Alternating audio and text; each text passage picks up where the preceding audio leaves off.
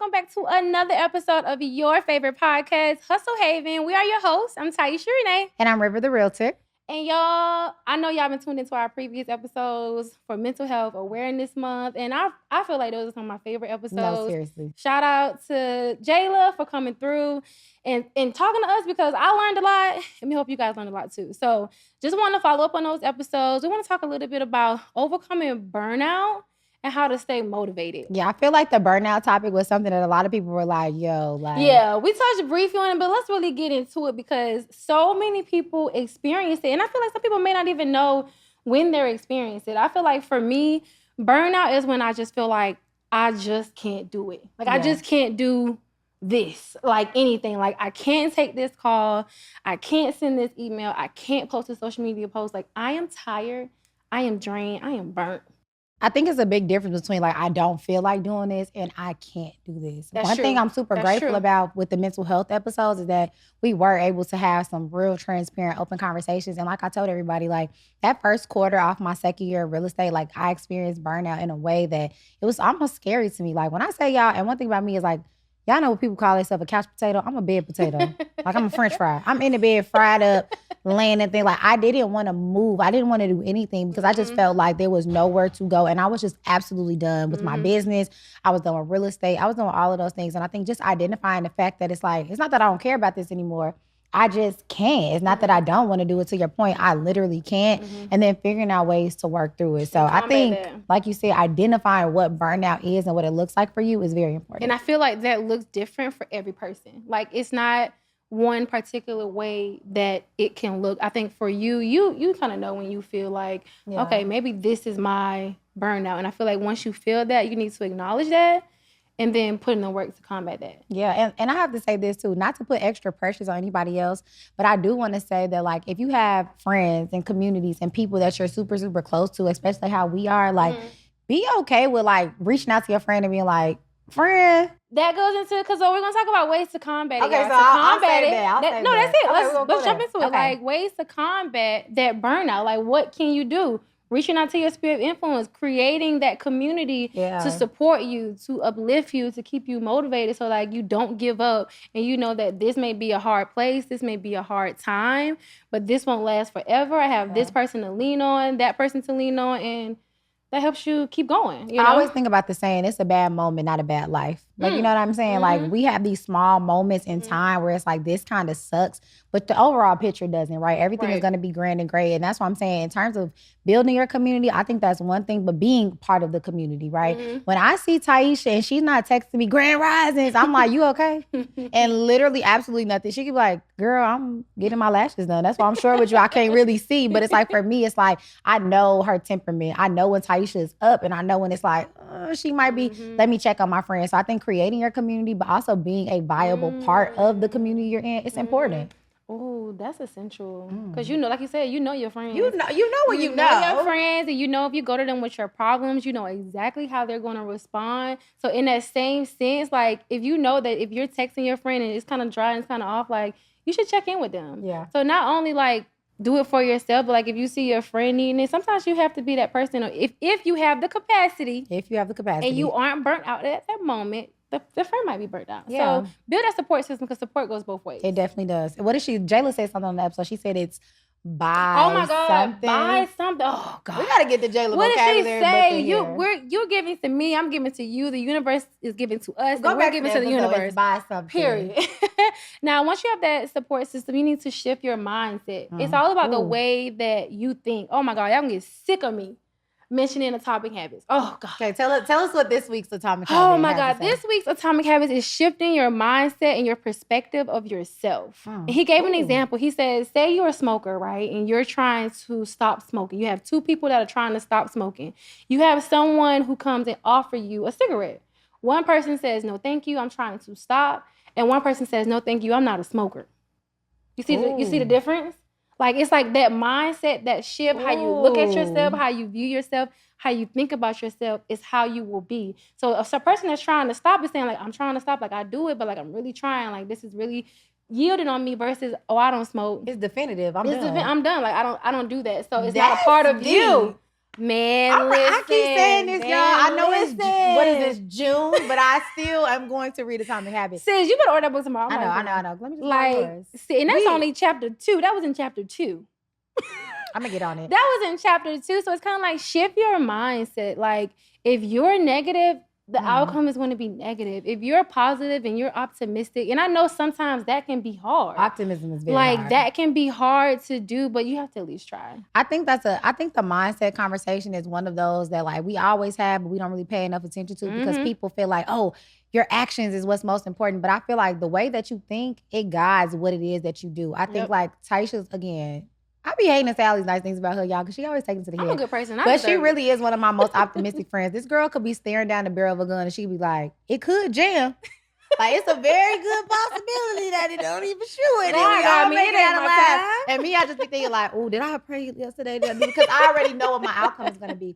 But I say that to say, I feel like the way that you look at situations, the way that you look at life, is the glass half full, half empty. That stuff really does matter, because if you're so busy being pessimistic, you can't really get out of that space. Like, you have to really have a positive mindset and really be thinking about the end goal. Okay, right now, yes, it's a little toe up. Right now, it's not what I need to be. But what can I do to get it here? And knowing, like, you know what? I can do it. I feel like we're our biggest convincer. Shout out to my mama. I'm getting all the shout outs this week. My mom always says this thing, like, God made you the captain of only one life, your own. So if you're guiding yourself and you're giving yourself that thought process to be able to do what you have to do, to be able to overcome those things, like, you're always going to be able to do it. Your mind is your biggest weakness, but it's also your greatest asset. If you think you can't do it, you won't do it. You're not going to do it. You push yourself to think you will, and you will. Because literally, from the small things that you're doing at everything, like when I'm working out and I feel like I'm getting tired and I want to give up in that class, I'd be like, mind over matter. Mind over matter. Mind over matter. Mind over matter. Like, you can do it. You can do it. And I always finish. Yeah. But imagine if I had said, you know what, girl, you are tired. Like, just give up right here and just walk. You don't need to be running no more. Just go ahead and walk. Now I'm behind everybody. Baby, that's me at that brick class at Effect Fitness. I be in there like, listen, I be like, keep going. My mind doesn't matter. Keep going. But that's how you are in your business. It's like, if you feel like, you know what, I can't do this no more, your business is going to fail. If you're like, you know what, I may have not done this today, but you know what I did do? I sold 2 things. Yeah. Maybe you usually sell 1 per day. Maybe you sold 2 products and you wanted to do 5, but that's okay. You still sold 2. Yeah. You know what I'm saying? Being thankful for the small things, celebrating those small mindsets, those small milestones, and shifting your mindset to be appreciative of what's currently happening versus even if it's not what you wanted, just being thankful for what you do have. Because someone else could have it worse. And not to compare your life to someone else, but it's always a matter of just being appreciative of what you have. Positive mindset will beat burnout every single time. Every single time. And with that positive mindset, you got to have self-care practices. Like, what do you like to do? Like, what is that one thing that you're doing? It's like, okay, after I do this, I'm going to feel good. Like, for me, it's like when I get my hair done, I feel like that girl. Like, let me go to the hair salon. I'll be like, dang, I don't want to spend it. But you know what? I need it. Yeah. Like, I need to go in the salon. I need to feel like a new person. I need a new style. So like, okay, girl, let's get out here and let's kill it. Y'all see the bang. The bang has been an evolution thing. I think we have to define self-care too.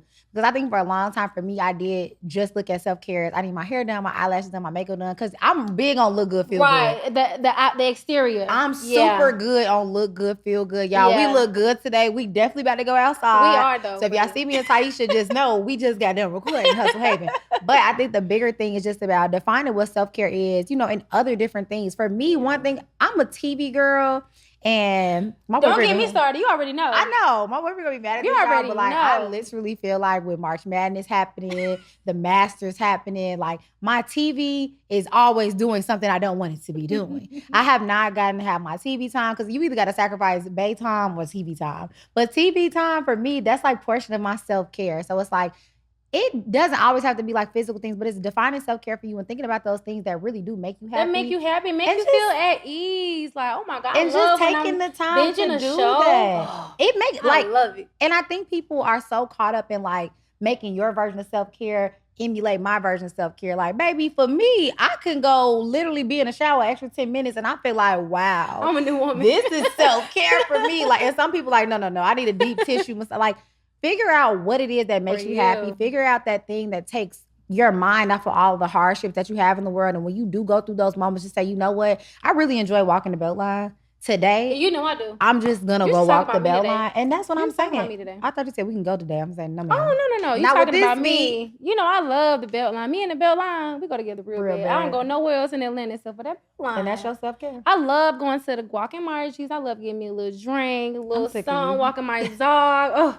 I'm happy. That's your self-care. And that's my self-care. It's nothing wrong with that. It's also nothing wrong with implementing that on a daily basis. Yeah. Because I think that's the part that really does help with the burnout. Because entrepreneurs feel so bad when we're just relaxing. And let's be realistic. At some moments, you should not be relaxing. That's a fact. And let's just be realistic. At some moments, if you know that you just lost, you just got 10 returns. Now you just lost all this money now.